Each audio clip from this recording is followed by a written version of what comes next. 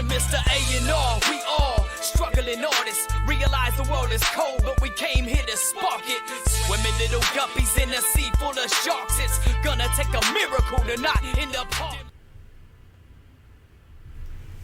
Hello, and welcome to another episode of Inside the Six with Ian and Thomas. Hi, everybody. Sorry about last week. I know it was late, but last weekend was crazy.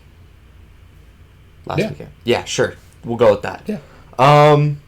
Got some big games coming up this week. Some big news, some transfer rumors for the past week. For those of you who don't know, the Europa League final is tomorrow, and the Champions League final is Saturday.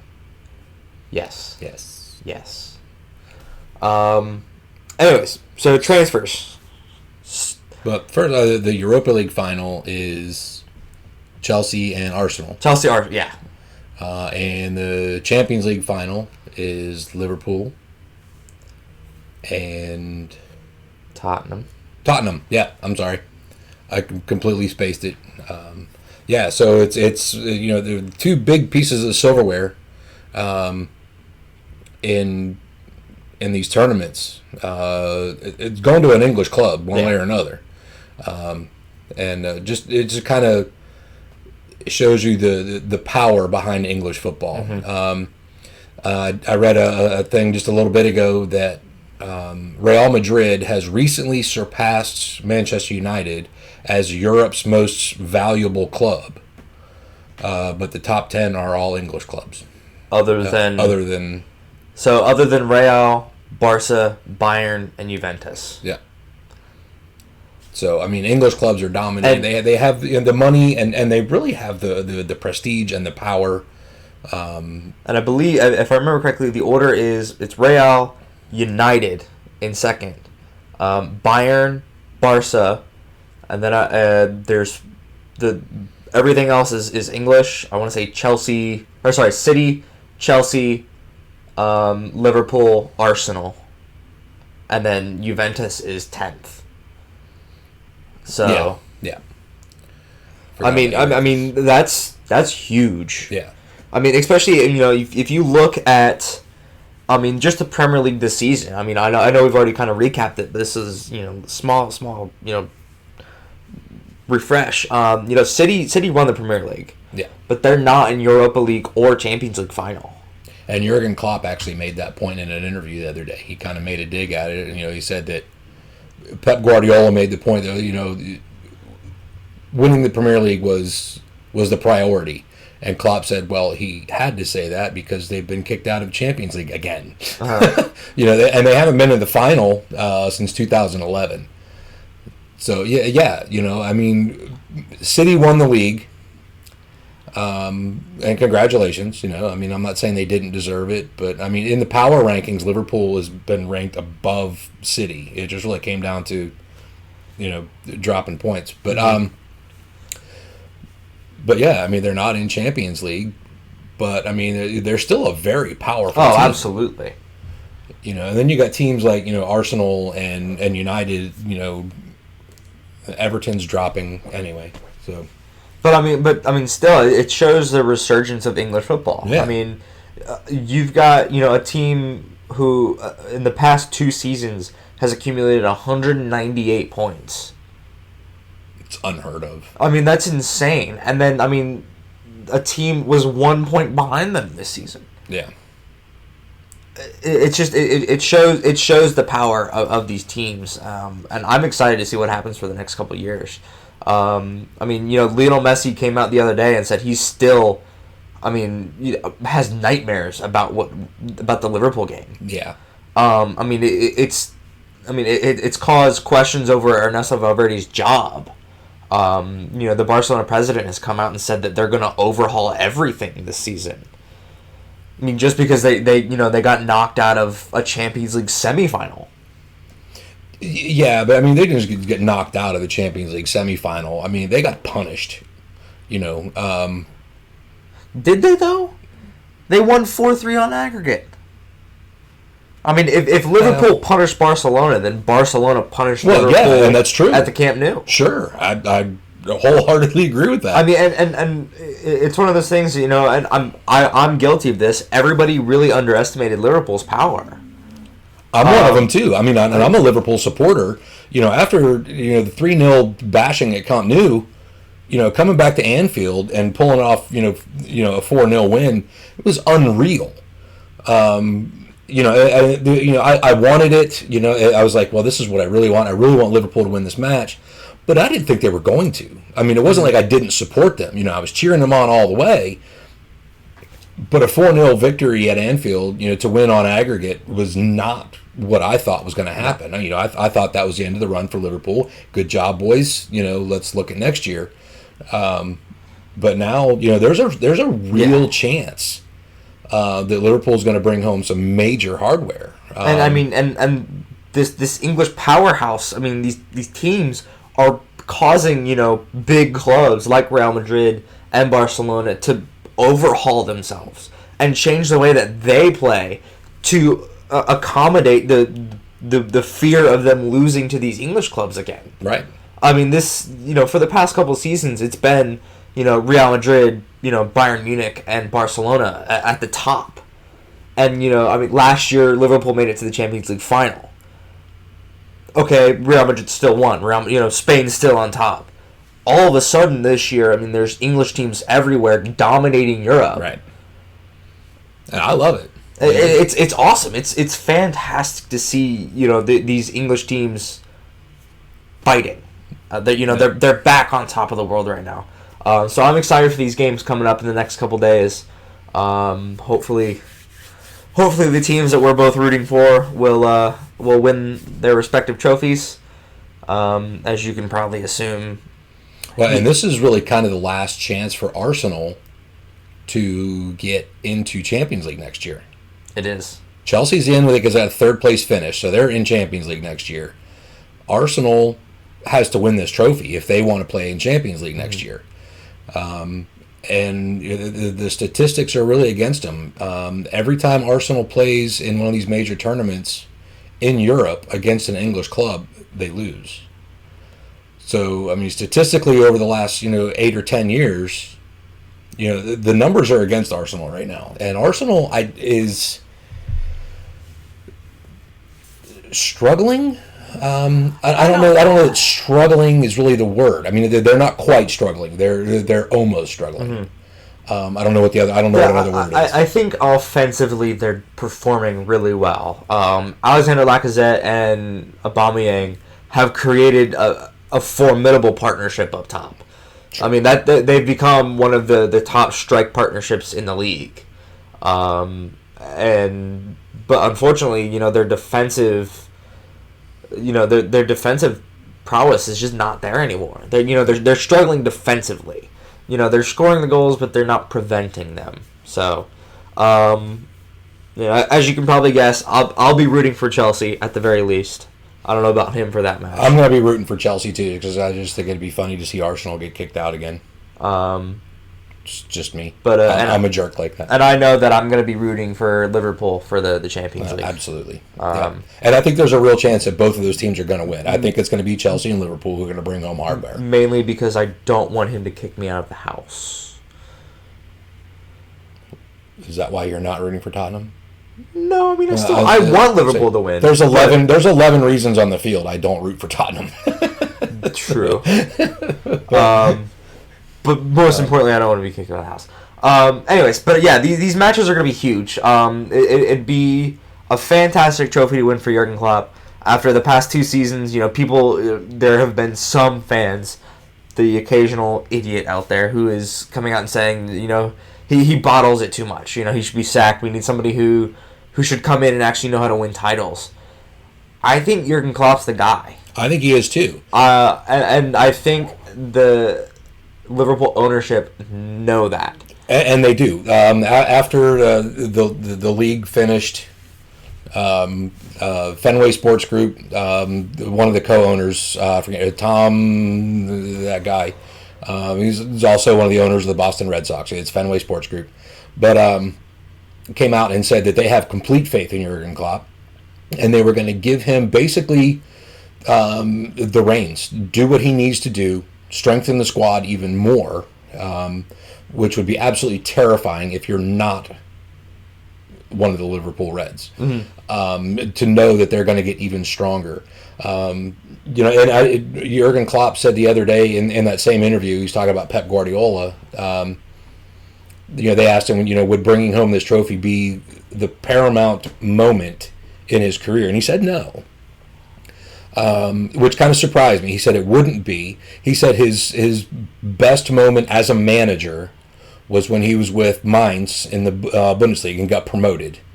I can see that. He said that was absolutely the best moment of his career. Now, he hasn't experienced bringing home this trophy yet.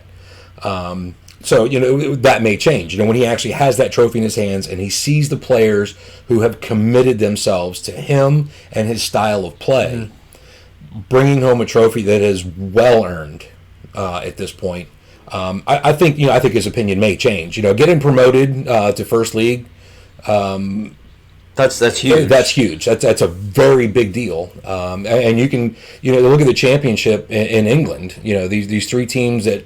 The two teams get promoted automatically, first and second place. But third place, they have to duke it out. They have more games to play after the league's finished just to see who gets that third spot for promotion. And it's huge. First off, it's very lucrative for the team. Yes. And second, when you get promoted to First League, and you're, you get to play in that environment, which I've never done and I never will. But just watching it on TV, that environment has got to be such a morale booster.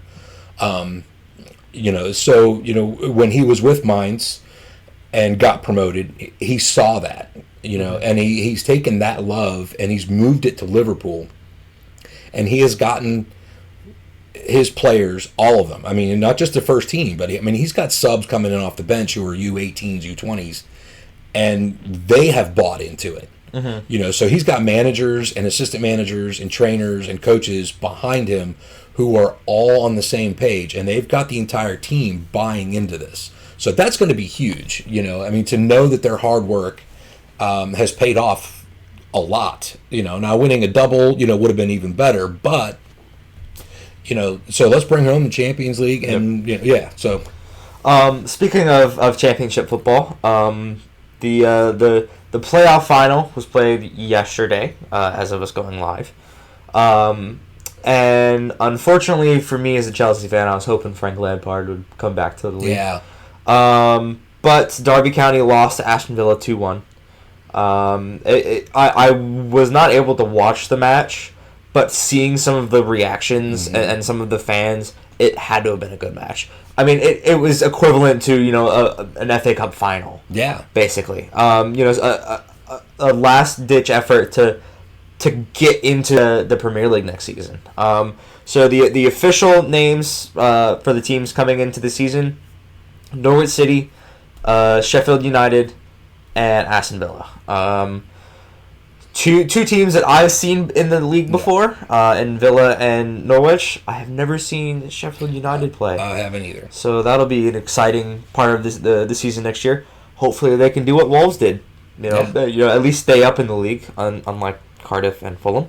But I'm excited for next season. We'll be able to cover that a little bit more as we learn about the rosters and the players and the coaching style and stuff like that. And it's going to be exciting. It's going to bring new legs into the team, into the game. When that happens, things kind of shift a little bit. When Wolves got promoted, they played with everything they had all the time, and they were dangerous. And I think what they did was they got promoted. And it had been a while since they'd been promoted, at least a couple of seasons. They got demoted down to League One at one point. Yeah, so they had to fight their way through League One and then the Championship, and now they're the seventh place. Yep, they finished seventh place in the Premier League. It can be done, and the thing that I like about it is you've got a lot of these teams, like Wolves, who don't have the huge bank accounts that City, Arsenal, Liverpool, United. They just don't have that bankroll, but it just shows that the quality is still there just because they don't have the money. I mean, a lot of times I complain about, City always wins because they have so much money.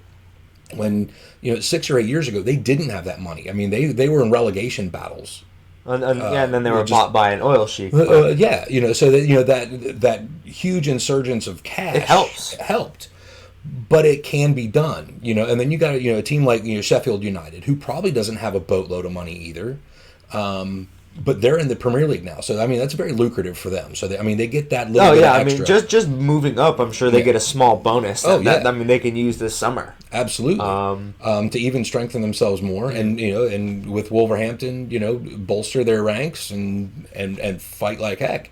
So it's going to be really cool. You get to see with that little shift, like, okay, there's a different style of play that a lot of these teams may have never played against.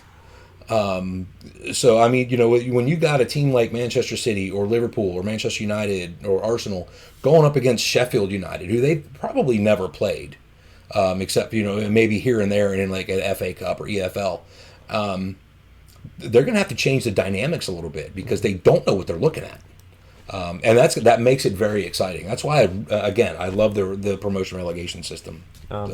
Anyway, so as you may have noticed, this episode is called Transfer Rumors, and we have not talked about that yet. So, how about we talk about that? Rumors. There's been a couple transfers in the Premier League. Bournemouth picked up a player named Lloyd Kelly from Bristol City, a defender, 20 years old, so an exciting young talent into the league. And Huddersfield have started unloading their players after being relegated. They have sold Jonas Lassell to Everton, so looks like he's gonna be a backup goalkeeper at Everton. Which that's really my thought. I mean, he's not a bad goalkeeper, but he's 30 years old, and Jordan Pickford just signed a 6-year deal. Yeah, so they're definitely going to let the money play right now. So hopefully it works out for him. And they've also sold Chris Love to Dynamo Dresden, and I think that's Bundesliga 2. He is a defender as well, also 30 years old. So Huddersfield seem to be getting rid of some of their older players, and with some of the money that they make, although Lussell was a free transfer, so they didn't make any money off of that. They're going to use some of the money that they get back from selling their players to kind of rebuild a little bit and fight for next season. Still rumors of Eden Hazard going to Real Madrid, Christian Eriksen to Real Madrid. It seems like Zinedine Zidane is just going to buy everything he sees.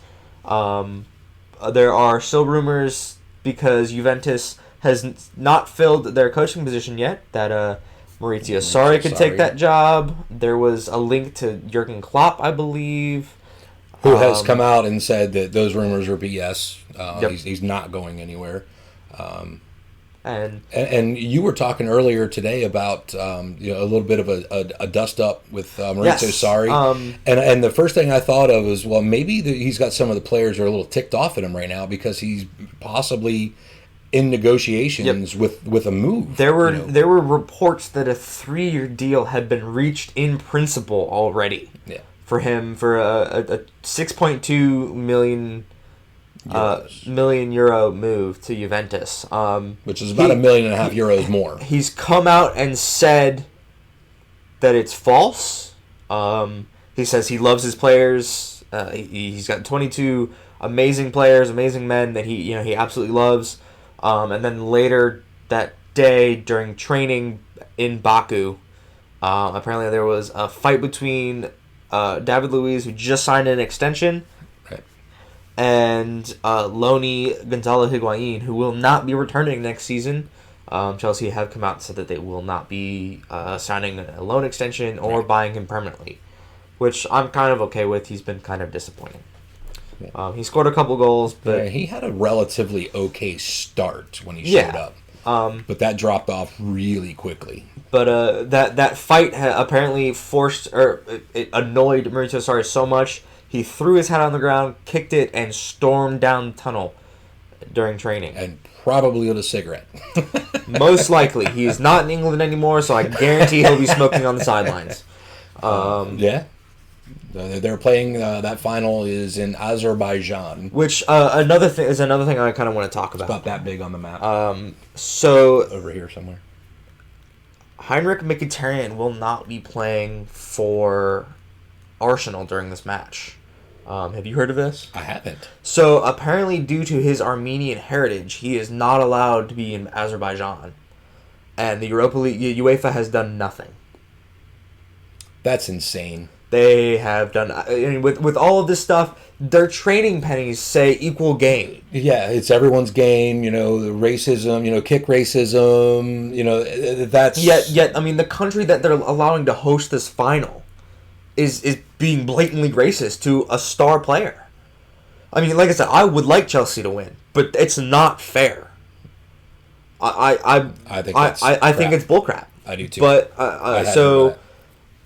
I mean, that's upsetting. It is. I hope. I mean, it's even gone as far as Chelsea stars like Eden Hazard have come out and said, "Oh, I have Armenian heritage." I mean, he literally trying to get himself blocked from the game in solidarity with this opponent. Yeah. So this has got to be fixed. Either, I mean, and that's all. That's on UEFA and FIFA. I Yes. mean, it comes down to them. If they want to promote, everyone's game and fair play and kick racism and all these little, what are they called? Snippets. That's not the word. But anyway, all these little catchphrases, that they keep using, to promote that. And I'm not saying they shouldn't promote it, because they absolutely should, because it is everyone's game.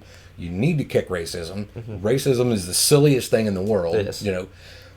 But if they're going to promote things like this, then they have to step up and they have to be loud about it. Mm-hmm. You can't just say, "Hey, listen, Azerbaijan, listen." It's like, yeah, we're against racism, but they're giving us a lot of money to play their game. Yeah. Here, So what they need to do is they need to tell Azerbaijan, "Listen, you guys aren't going to get this money.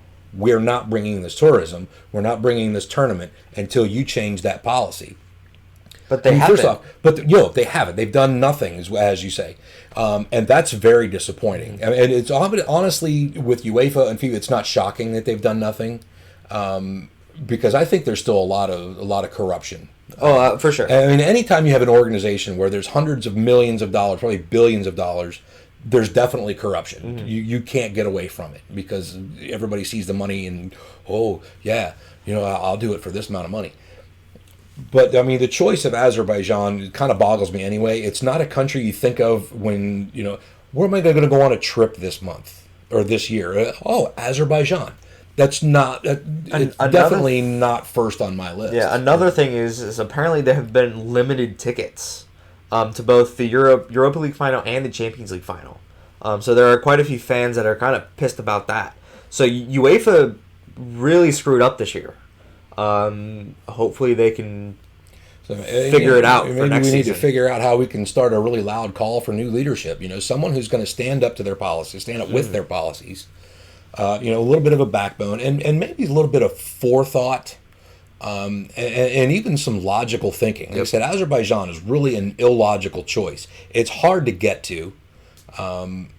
And then they have to limit tickets, and then you've got they're banning players because of where they were born, or where their parents or grandparents were born. I mean, seriously, this guy's here to play football. He is not going to topple your government, And as little as I know about Azerbaijan, if he toppled the government, I don't think anybody would blink, So, but he's not there to do that. He's there to perform for his fans and play a game that everybody should be involved in. Sorry, that was my rant is not over, but I'll cut it short for the sake of time. But that's all I have for this week. It's a little bit of a shorter episode. Real quick before do you have anything else? I was just going to talk about the Hammerheads match against the Marine Corps. That's what I was going to go for. Okay. So this past Friday, we were able to. Well, I was not. I had to work, unfortunately. But Ian was able to go to a charity match here in Wilmington. It was some old Wilmington Hammerheads guys got back together. Zero training against the Marine Corps soccer team. Who obviously have trained well. Don't look at the score line and think that, but I mean, to watch them warm up and their warm up routine. I mean, they're Marines and sailors who were Fleet Marine Force. I mean, so these guys are well disciplined, and every bit of it showed. The match was to raise money for a really good fellow, Al Pastore. Coach Pastore was the fellow who was responsible for bringing professional football to Wilmington. He's the guy who brought the Wilmington Hammerheads to Wilmington in the mid-'90s. Their first professional season with USL at that point was 1996. And honestly, the Wilmington Hammerheads is one of the big things that got him into soccer. It is. So, I mean, we owe them this show, kind of. Yeah, I owe them my pastime and some of my hobbies, you know. But Coach Al has Parkinson's, so they were trying to raise some money. So Troy Cole, who's a midfielder for the Wilmington Hammerheads, and he's a local fella now. He and his beautiful wife run a yoga and fitness studio. It's a very successful one. But Troy managed to put together basically an alumni squad. With some of the Hammerheads who everybody knows, and even we talked earlier in the year about Junior Zarate, who by the way is in full remission. Went from stage 4 pancreatic or colon cancer to full remission. So all the fundraising stuff for that, I'm sure, helped a lot with that. Yep. But we got Junior Zarate out there. Ziggy was out there. If you're a Wilmington Hammerheads fan, you know some of these names. But they played against the United States Marine Corps. We really thank those guys. We're not allowed to talk about their names because I haven't gone through their public affairs office.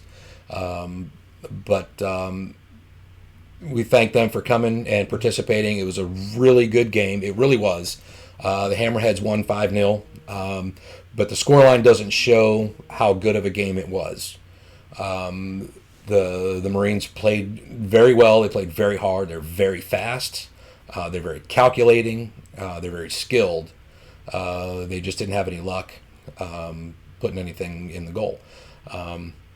But I'll let you take over from there. So Ian was fortunate enough to pre-match interview a couple of the guys before they started getting ready. So I wanted to thank Justin Moose, Troy Cole, and Cody Arnaud for allowing us to interview them. We interviewed a couple other guys, but I'll thank Tom Parrott and Coach Al as well. Their footage unfortunately was lost. Sorry. It was his sorry, fault. Tom. Sorry, Coach. Nothing to do with it. It was me. But unfortunately, due to the file size of the videos, I can't put it here with this live stream. What I'll do tomorrow around this time is I will post that video. It's a short 3-minute clip. I'll post it on YouTube and on Facebook. Please excuse the editing. I'm still learning. I haven't been doing much learning recently. But, yeah, so look forward to that video tomorrow. And it's going to be cool. Take a look at it. I think that's it. So thanks for watching. This is Inside the Six with Ian and Thomas. I'll thank Thomas for all of his production and editing efforts. Like I say, every week Thomas does really all of this stuff. I just kind of sit here and talk, which is cool. I mean, it gives him something fun to do, and I kind of enjoy just sitting here and not having any responsibilities. Special thanks to our good friend Macrophonic MC, who allows us to use his music for the intro and the outro.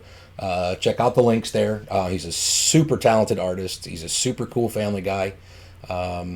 Check out his family's YouTube. It's called Fun23. He does a lot of cool stuff with his super cool kids and his awesome wife. So check that out. So check out the links. Click the bell so you get the notifications when there's new videos up. Subscribe. Check us out on Facebook and Instagram. Check out the t-shirt store. It's still there. You can get some pretty groovy stuff. T-shirts, hoodies, hats, coffee mugs, phone cases, blah, blah, blah. It's all cool stuff. So check it out. And thanks for watching. We really enjoy this, and we hope you enjoyed it too. We'll see you next time. Thanks, guys. Dear Mr. A&R, we all struggling artists. Realize the world is cold, but we came here to spark it. Swimming little guppies in a sea full of sharks. It's gonna take a miracle to not end up hard.